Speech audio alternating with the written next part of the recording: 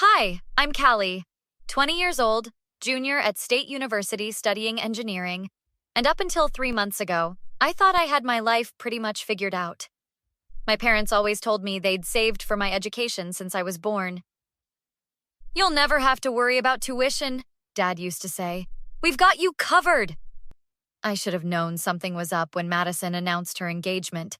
Again. "Callie, oh my God, you have to be my maid of honor." My sister burst into my dorm room without knocking, waving her hand around. A massive diamond caught the afternoon light. "Mad, this is your third engagement in 4 years. Third time's the charm." She flopped onto my bed. "Derek is different. He's a hedge fund manager, Callie. Do you know what that means? That he manages hedge funds? It means he's loaded. But I want this wedding to be perfect. Like, magazine-worthy perfect. Mom and Dad are going to help make it happen." Something twisted in my stomach. "What do you mean, help make it happen?" "Well, Derek's family is paying for most of it, obviously. But Mom and Dad want to contribute. You know how Dad is about family events." "How much are we talking?" Madison waved her hand dismissively. "I don't know, like 40 or 50,000? It's not a big deal. They want to do it." My throat went dry. $50,000? Kelly, relax. It's not like they're taking money away from you or anything. They've been saving forever. After she left, I tried calling Mom. Straight to voicemail. I tried Dad. Same thing. My roommate Julie walked in carrying coffee. "You look like you've seen a ghost." "Madison's getting married again." "Again? Didn't she just get divorced like 8 months ago?" "7. And apparently Mom and Dad are dropping 50 grand on the wedding." Julie set down her coffee carefully. "Callie, didn't you say your tuition payment was due next month?" "Yeah, but that comes from my college fund. It's separate." "Is it though?" I stared at her. "What do you mean?" "I mean, have you actually seen statements for that fund? Do you know where the money is?" "My parents wouldn't." "I'm not saying they would. I'm just saying you should check." That night, I finally got Mom on the phone. "Sweetheart, I'm so glad you called. We need to talk about Madison's bridal shower. She wants you to help plan it." "Mom, I need to ask you something about my tuition." Silence. "Mom? Your tuition is fine, honey." "How much is left in my college fund?" "Callie, this isn't really a phone conversation." "How much, Mom?" Another long pause. "We'll discuss this when you come home for spring break." "Spring break is 2 months away. My tuition is due in 3 weeks." "We'll figure something out." My hands were shaking. "Figure what out?" "The money's there, right? In the account you and Dad opened when I was born?" "Callie, things are complicated right now. Did you spend my college fund on Madison's wedding?" "It's not that simple." "That's a yes. Oh my God, that's a yes. Your sister needed help. This wedding is important to her and Derek's family has expectations. I needed help too. I needed the money you promised me for my education." "Don't take that tone with me, young lady. We're still your parents." I hung up. Julie was standing in the doorway. "Callie?" "They spent it. They actually spent it." The financial aid office at my university was a fluorescent nightmare. I'd been sitting across from Mrs. Patterson, the aid counselor, for 20 minutes while she reviewed my file. "So your parents claimed you as a dependent reported significant assets, which disqualified you from need-based aid. But now you're saying those assets don't actually exist?" "They existed. My parents spent them on my sister's wedding." Mrs. Patterson's expression was carefully neutral. "I see. Unfortunately, we can't change your aid package mid-year based on family financial decisions. You'd need to file for next year as an independent, but that requires specific circumstances. What are my options now?" "Private loans. You'd need a cosigner with good credit." "My parents." "Typically, yes." I called Dad from the parking lot. "Pumpkin, your mother said you were upset. I need you to cosign a student loan. Now, let's not be hasty. We can work something out. You spent my college fund. The tuition I need is $18,000. I need a cosigner." $18,000? "Callie, we don't have that kind of liquid cash right now. The wedding expenses? Are you serious? You just spent $50,000 on Madison. That was different. That was from our savings. My college fund was your savings. That was money for me. Don't yell at your father. We made a family decision. Madison needed support during a difficult time in her life. She's on husband number 3, Dad. I'm trying to finish my degree. I don't appreciate your judgment of your sister. Marriage is hard. Sometimes it takes a few tries to find the right person. I couldn't breathe. Will you co-sign or not? I don't think taking on debt is the right move for our family right now. So I should just drop out? Maybe take a semester off? You could work, save up. A semester? Dad, I'm in the middle of my junior year. I'll lose my momentum, my internship. Life is about more than school, Pumpkin. Maybe this is a chance to gain some real-world experience. I hung up again. That weekend, Madison called. Mom says you're being dramatic about the money thing. The money thing? Madison, I have to drop out of college. Oh, come on. You're not dropping out. You're taking a break. Lots of people do it. Because their parents stole their college fund? Stole? Callie, that's so harsh. Mom and Dad made a choice to invest in my future. Derek and I are going to have an amazing life together, and this wedding is the foundation of that. This is your 3rd wedding. Why does everyone keep bringing that up? Those relationships didn't work out.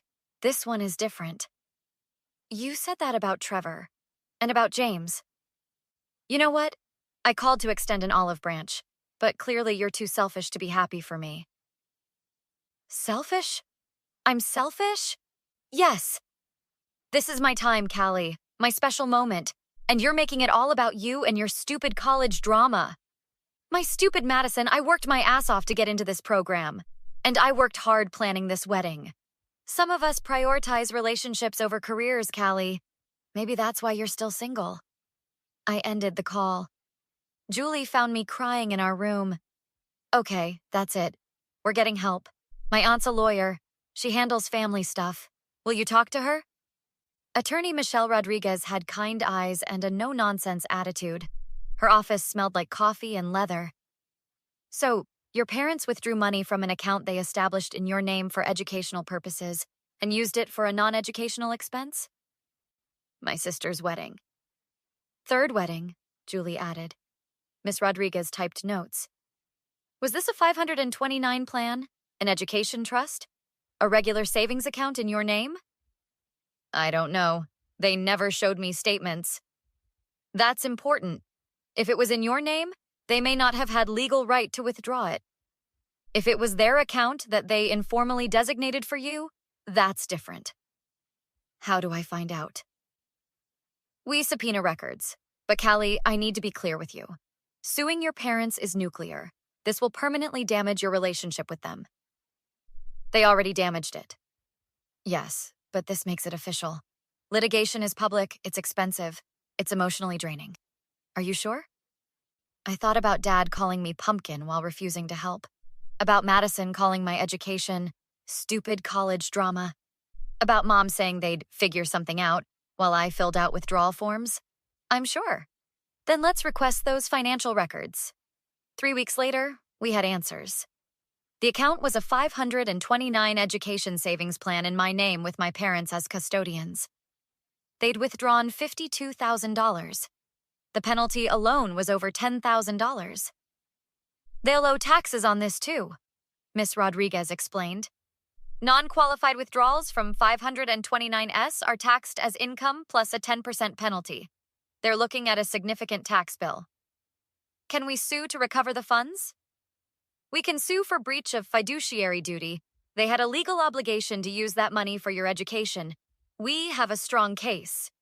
My parents' attorney called 2 days before our scheduled court date. Callie, honey, we need to talk. Mom's voice was strained. Our lawyer says you're suing us? You spent my college fund. I'm getting it back. Sweetheart, this is family. We don't sue family. We work things out. I tried working it out. You told me to take time off school. Dad got on the line. Pumpkin, be reasonable. We made a mistake. A $52,000 mistake. We'll pay you back. We just need time. How much time? Silence. That's what I thought. Callie, please. Your sister is devastated. The wedding is in 2 months. If we have to pay you back now, we can't afford... Her wedding? You're worried about her wedding? It's already planned. Deposits are made. Derek's family is expecting... Let me be very clear, I said, surprised by how steady my voice was. I am taking you to court. I will recover my education fund. And if Madison's wedding has to be downsized or postponed, that is not my problem. How can you be so cruel? Mom whispered. Cruel? You stole from me. You looked me in the eye my whole life and promised that money was there. You made me believe I was supported. And then you gave it to Madison for a party. Her 3rd wedding party. We're your parents. We deserve some respect. You deserved a daughter who trusted you. You destroyed that. See you in court. The courtroom was smaller than I expected. My parents sat with their attorney, not looking at me. Madison was there too, glaring. The judge reviewed our evidence quickly. Mrs. Patterson, Mr. Patterson, is it true that you withdrew $52,000 from a 529 plan established for your daughter's education and used those funds for a wedding? Dad's lawyer stood. Your Honor, my clients made a difficult family decision during a challenging time. That's a yes or no question, Counselor. Yes, Your Honor. And Miss Patterson was unaware of this withdrawal until she needed funds for tuition? Your Honor, family finances are complex. Yes or no? Yes. The judge looked at my parents over his glasses. You do understand that 529 plans have specific legal purposes? That as custodians, you had a fiduciary duty to the beneficiary? Mom started crying. Dad put his arm around her. We thought we were helping our family, Dad said.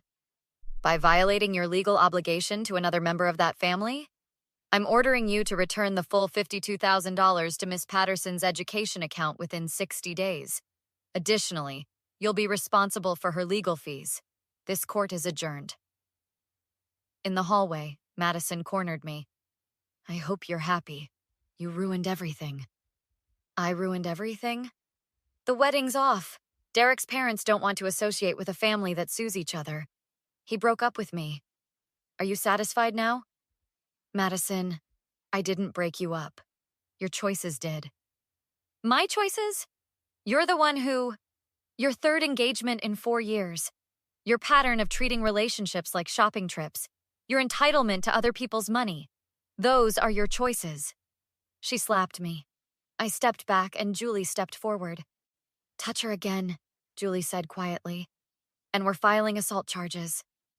Madison left crying. The campus police officer was sympathetic but firm. You want to press charges for the slap? I want it on record, I said, in case she escalates. Smart. I'll file the report. Do you feel safe? She lives 3 hours away. I'll be fine. The money appeared in my account 58 days later. Every cent, plus legal fees. I paid my tuition for the rest of junior year and all of senior year. The remaining amount would cover most of my master's degree. Mom texted. We paid. Are you happy now? I didn't respond. Dad called a week later. Pumpkin, your mother and I have been thinking. Maybe we overreacted. We'd like to talk about rebuilding our relationship. What do you want to rebuild it on? What do you mean? Do you understand what you did wrong? We made a financial mistake. No, try again.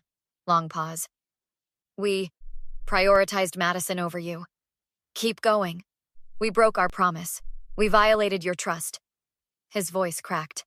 We made you feel like you didn't matter to us, and I don't know how to fix that. Something in my chest loosened slightly. I don't know either, Dad, but that's the first honest thing you've said to me in months. Does that mean we can try? It means I'm willing to have this conversation. Not today. Not next week. But eventually maybe we can talk about what trying looks like. What boundaries would need to exist. What actions would need to happen. I'll take maybe, he whispered. After we hung up, Julie brought ice cream to my room. How are you feeling? Weird, relieved, sad, angry, hopeful? Is that crazy? It's human. You stood up for yourself. That's what matters. Think they'll actually change? Maybe, maybe not. But at least now you know you're capable of protecting yourself. My phone buzzed. Madison, I hope you know you destroyed this family. I blocked her number. The next semester, I registered for classes with money that was actually mine. My internship at the engineering firm turned into a job offer for after graduation. I made Dean's List. Mom sent occasional texts. I responded sometimes. Dad sent weekly emails. I read them all, responded to some. We were talking about maybe meeting for coffee next month. Maybe. I was learning that forgiveness didn't mean forgetting. That reconciliation didn't mean returning to how things were. That family could be rebuilt on new terms, or it couldn't. And either way, I'd be okay. Because I'd learned the most important thing. I could stand up for myself. I could demand better. I could draw boundaries and enforce them. And I'd never again let anyone, family or otherwise, make me small enough to fit their broken priorities. So what do you think? Have you ever had to stand up to family members who violated your trust? How did you handle it? Let me know in the comments below, and don't forget to like and subscribe for more real-life stories about finding your strength and demanding what you deserve.